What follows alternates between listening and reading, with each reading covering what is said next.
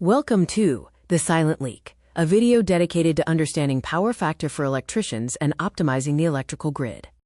We can visualize the difference between real power, kilowatt, and reactive power, kVAR, using the beer analogy. Apparent power, kVA, is the whole glass of beer. Real power, kW, is the liquid you drink, which does the useful work. Reactive power, kVAR, is the foam that takes up space but doesn't quench your thirst. Real power is measured in watts or kW and performs useful work, like turning a motor shaft. Reactive power is measured in VARs or kVAR and creates the magnetic fields necessary for motors and transformers, but it doesn't do any useful work. Next, we will explore the math behind power efficiency and introduce the power triangle.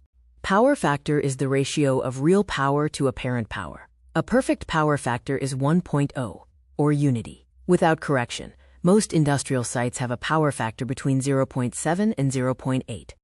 A low power factor can hurt your system through excessive heat, voltage drops, reaching system capacity limits sooner, and incurring financial penalties or surcharges from utility companies. Inefficiency is costly. For a 100 kilowatts load, a typical power factor of 0.8 requires 125 kVA of capacity, while a poor power factor of 0.6 requires 167 kVA.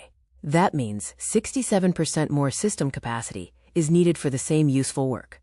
The solution is power factor correction, typically through capacitor banks. These provide leading reactive power to cancel out the lagging reactive power from motors.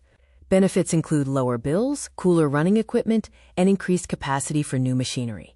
The electrician's checklist involves 3 steps. First, identify PF killers, like large motors.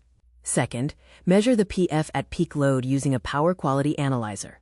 Third, correct the issue by sizing a capacitor bank to reach the target PF of 0.95 or 0.98. Stopping the silent leak has a real-world impact. You can see a 20% reduction in peak demand and 15% lower energy bills, with a typical return on investment in 2 years.